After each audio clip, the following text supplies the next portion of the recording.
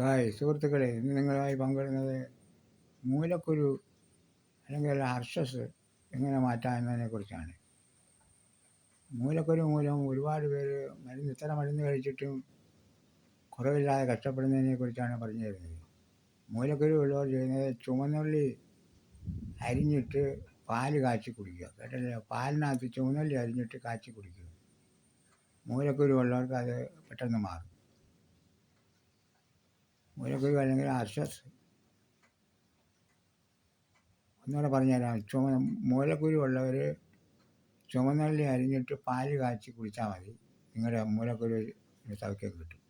ഈ വീഡിയോ നിങ്ങൾക്ക് ഇഷ്ടമായെങ്കിൽ ലൈക്ക് ചെയ്യാനും ഷെയർ ചെയ്യാനും സബ്സ്ക്രൈബ് ചെയ്യാനും മറന്നു പോകരുത്. സബ്സ്ക്രൈബ് ചെയ്യുകയും ലൈക്ക് ചെയ്യുകയും ചെയ്തെങ്കിലേ ഇതുപോലുള്ള ഉപകാരപ്രദമായ വീഡിയോകൾ നോട്ടിഫിക്കേഷനായി എത്തുകയുള്ളൂ. എല്ലാവർക്കും നന്ദി, നമസ്കാരം.